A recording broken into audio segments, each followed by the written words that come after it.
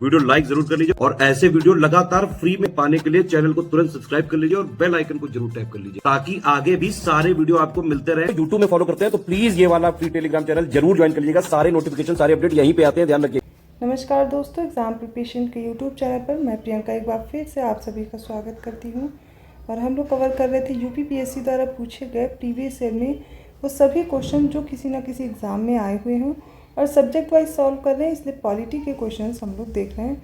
पिछली क्लासेस में कुछ क्वेश्चंस हो चुके हैं, आप उन्हें देख सकते हैं। आगे क्वेश्चन कंटिन्यू कीजिए मेरे साथ। आपका क्या स्कोर है कमेंट करके बताइएगा और समय रहते आप अपनी प्रिपरेशन यूपीपीएससी के द्वारा जो भी एग्ज़ाम्स कराए जा रहे हैं, लाइक आप आरओ मेंस की प्रिपरेशन कर रहे हैं या फिर आप यूपीपीसीएस की प्रिपरेशन कर रहे हैं। यूपीपीसीएस में आप 2026 अगर टारगेट कर रहे हैं तो आपको प्री प्लस मेंस आपको कंप्लीट फाउंडेशन बेस से शुरुआत करनी चाहिए प्री प्लस मेंस की। और अगर इस बार का आप मेंस टारगेट कर रहे हैं 2025 मेंस एग्ज़ाम, तो भी आप स्टडी फॉर सिविल सर्विसेज के नए पेड ग्रुप से जुड़ करके अपनी प्रिपरेशन स्टार्ट कर सकते हैं। स्टडी फॉर सिविल सर्विसेज आपको जो सिलेक्शन मटेरियल प्रोवाइड कराता है वो लेटेस्ट अपडेटेड और रिवाइज्ड होता है, जहाँ से आप देखेंगे अभी जो पिछला पेपर हुआ यूपीपीसीएस प्रीलिम्स का 134 क्वेश्चन डायरेक्टली पूछे गए थे स्टडी फॉर सिविल सर्विसेज के नोट से या फिर टेस्ट सीरीज से, पेड क्विज से।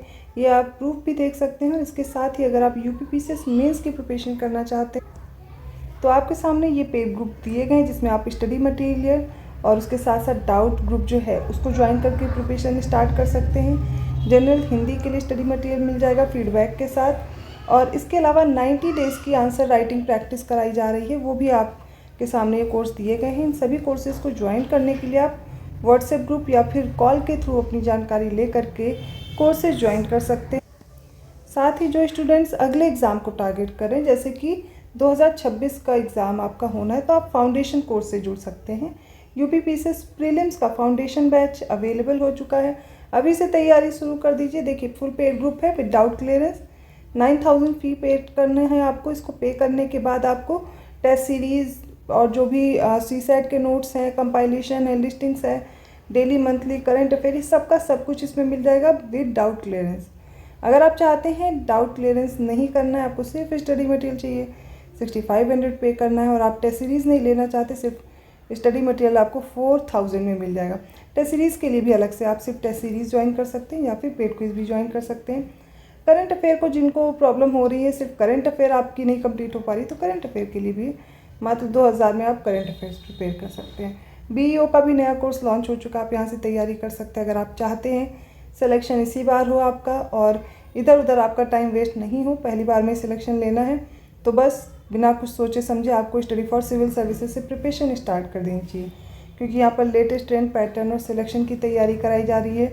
अभी तक यूपीपीएससी के जो भी एग्ज़ाम्स उठा करके देख लीजिए, सबसे ज़्यादा प्रश्न स्टडी फॉर सिविल सर्विसेज से ही पूछे जाते हैं। सिलेक्शन के लिए आपके लिए काफ़ी प्रश्न वहाँ पर होते हैं, जैसे कि आपको जो प्रैक्टिस कराई जा रही है वो भी मोस्ट एक्सपेक्टेड क्वेश्चंस होते हैं। तो ज़्यादा जानकारी के लिए नंबर्स मैंने प्रोवाइड कर दिया, आप इन पर कॉन्टैक्ट करके जानकारी ले सकते हैं। चलिए आज की क्लास स्टार्ट करते हैं। 331 क्वेश्चन है, भारत के निम्नलिखित राष्ट्रपतियों में से कौन ट्रेड यूनियन आंदोलन से संबंधित रहा है? वीवी गिरी, एन संजीव रेड्डी, केआर नारायणन या फिर जाकिर हुसैन। तो इन ऑप्शंस में से बताना ऐसे कौन से राष्ट्रपति हैं जो ट्रेड यूनियन आंदोलन से संबंधित रहे हैं। इसका राइट आंसर होगा ऑप्शन ए वीवी गिरी, इनका नाम याद रखेंगे। 332 क्वेश्चन है, भारत के निम्न मुख्य न्यायाधीशों में से किस एक ने राष्ट्रपति के रूप में कार्य किया था? जस्टिस MC महाजन या फिर justice M Hidayatullah, justice PN Bhagwati या justice BK Mukherjee. So the correct answer is option B, justice M Hidayatullah. इन्हें याद रखेंगे क्योंकि आपसे बहुत बार ऐसा प्रश्न बन सकता है कि कौन से जज रहे हैं या फिर कौन से उपराष्ट्रपति हैं जिन्होंने राष्ट्रपति के पद पर काम किया है। यहाँ पर अभी हम लोग जो पढ़ रहे हैं वो राष्ट्रपति, उपराष्ट्रपति और उसके बाद जो इंपॉर्टेंट टॉपिक्स हैं उनको कवर कर रहे हैं। टॉपिक वाइज ये PYQs चल रहे हैं, तो आपको ऐसे ही इनको तैयार करना होगा। लिस्ट ज़रूर याद करनी है, राष्ट्रपति के क्रम की, उपराष्ट्रपति के क्रम की, उनका कार्यकाल याद करना है। इसके अलावा आपको जो भी इम्पोर्टेंट लोकसभा अध्यक्ष हो गए, अभी आया था प्रश्न आपने देखा होगा, आप दोपहर वाली क्लास एक बार जरूर किया कीजिए, जिसमें आपको पता लगेगा कि कैसे प्रश्न पूछे जा रहे हैं, पैटर्न क्या है। उसके साथ साथ GS के कौन से इंपॉर्टेंट सब्जेक्ट आपको कंप्लीट करने हैं।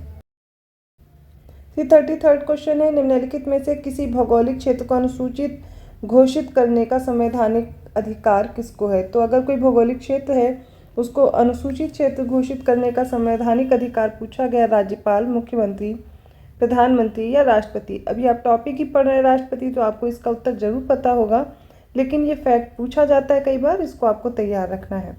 अगला प्रश्न है, वह राष्ट्र का प्रतिनिधित्व करता है परंतु राष्ट्र का नेतृत्व नहीं करता है। ये युक्ति किस पर लागू होती है? लोकसभा के अध्यक्ष, राष्ट्रपति, प्रधानमंत्री या भारत का मुख्य न्यायाधीश। करेक्ट आंसर क्या होगा? ऑप्शन बी, राष्ट्रपति।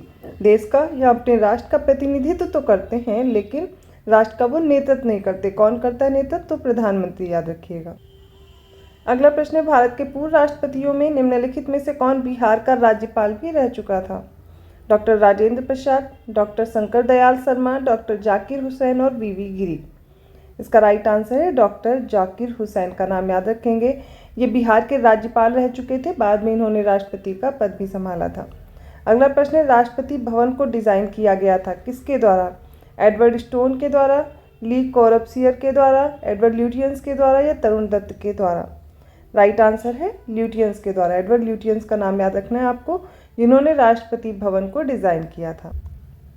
अगला प्रश्न क्या पूछा है, भारत के उपराष्ट्रपति का निर्वाचन एक निर्वाचक गण द्वारा किया जाता है जिसके सदस्य होते हैं। सदस्य कौन होंगे?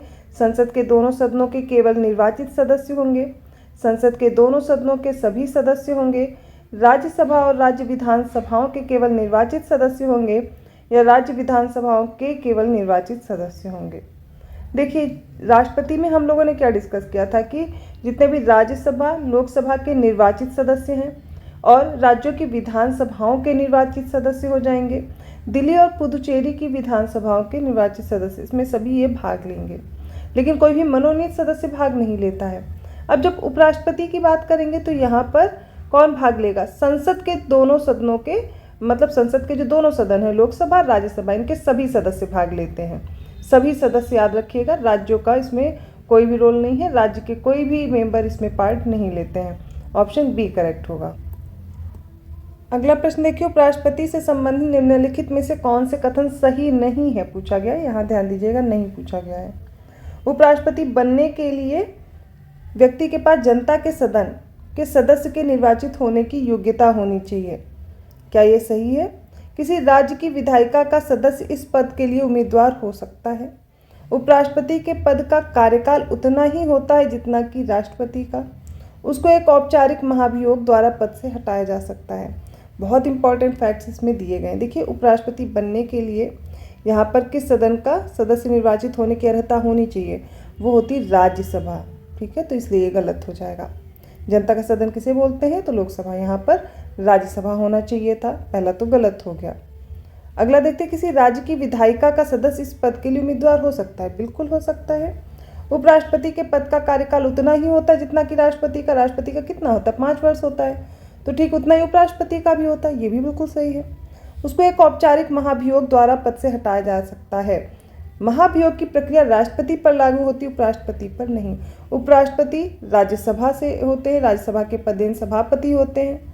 ठीक है, यहाँ पर उनको हटाने के लिए राज्यसभा में संकल्प लाया जाता है, ना कि महाभियोग द्वारा। ठीक है, तो ये महाभियोग जो शब्द है ये गलत है, यहाँ पर ये भी गलत हो जाएगा। तो हमारे पास जो रॉन्ग है, क्योंकि हमसे रॉन्ग ही पूछा गया है, फर्स्ट एंड फोर्थ है। First and fourth option C में दिया गया है। 339 क्वेश्चन, निम्नलिखित में से कौन भारत के उपराष्ट्रपति का निर्वाचन करता है? लोकसभा के सदस्य, राज्यसभा के सदस्य, विधानसभाओं के सदस्य या विधान परिषदों के सदस्य?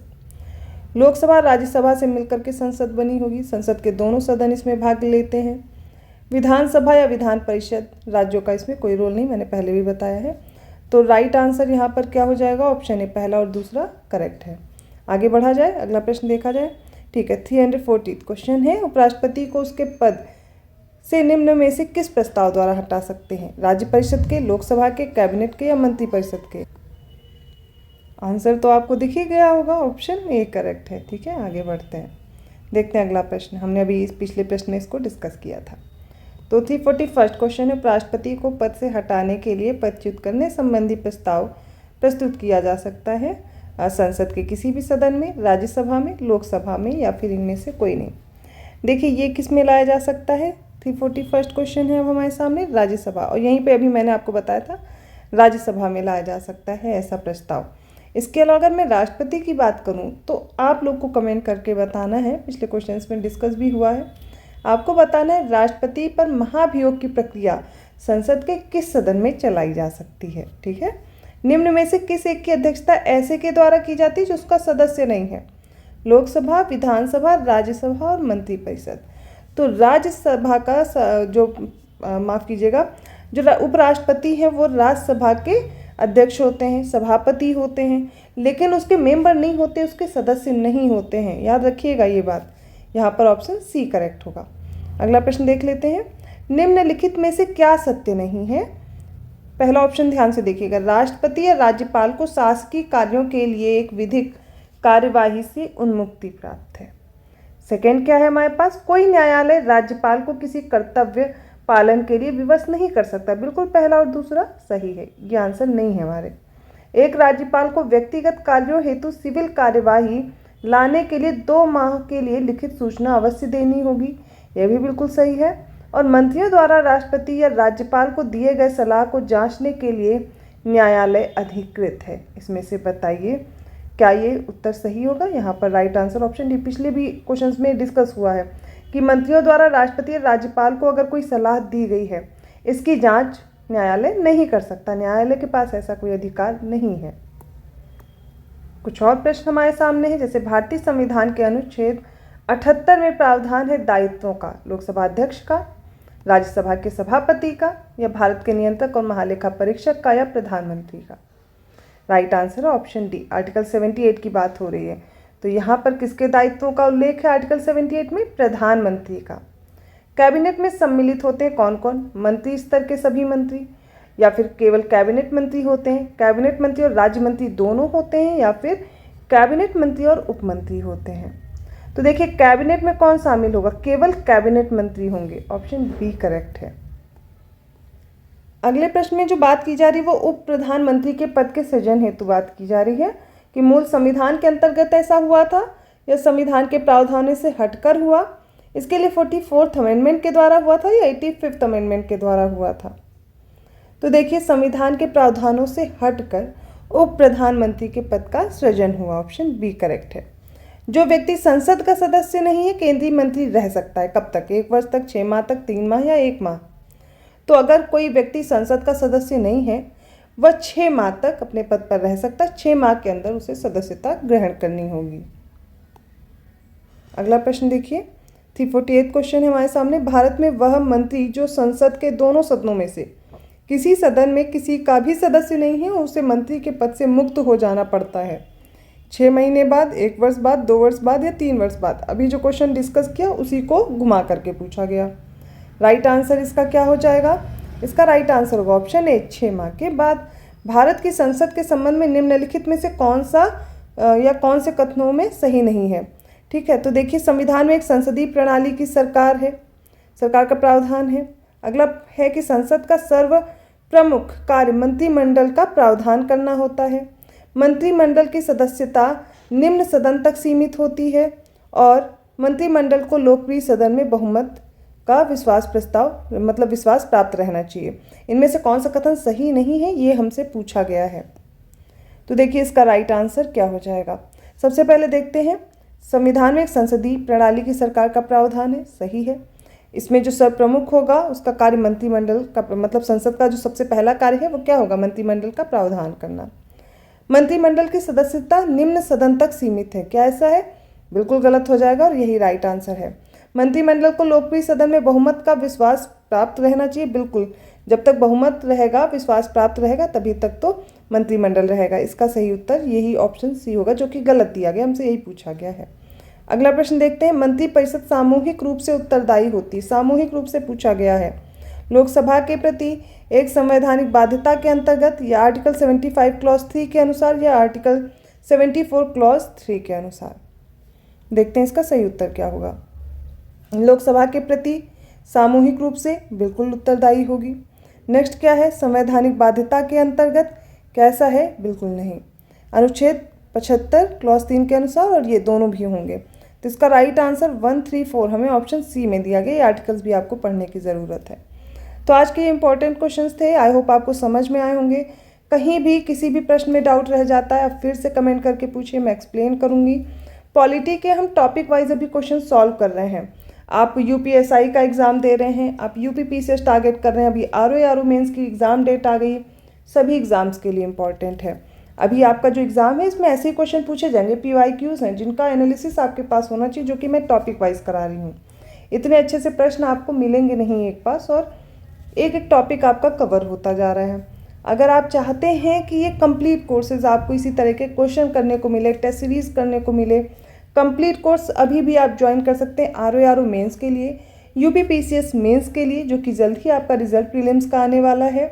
इसके अलावा और भी वैकेंसीज लोअर पीसीएस वगैरह आपको यूपीट्रिपलएससी थ्रू के, मतलब यूपीट्रिपलएससी पेड जो हुआ उसके थ्रू देखने को मिलेंगी। चाहते हैं क्वालिफाई हो, स्टडी मटेरियल भी एग्ज़ाम ओरिएंटेड हो, तो बस समय अभी और मत लगाइए, जो समय मिला बस इसी में तैयारी शुरू कर दीजिए। आपको क्या करना है, ज्ञान सर एजुकेशन ऐप में भी कोर्स मिलेगा, या फिर मैंने अभी नंबर्स बताए हैं, आपको उन नंबर्स पे कांटेक्ट करना है और कांटेक्ट करके अपने कोर्स की जानकारी लेकर के शुरू कर देना है कोर्स। ठीक है, अगर कोई और डाउट रहता है कमेंट करके पूछ लीजिएगा। वीडियो अच्छा लगा लाइक कर दीजिए, चैनल को अभी तक सब्सक्राइब नहीं किया तो कर लीजिए। मिलती हूँ अगली क्लास में, तब तक के लिए धन्यवाद।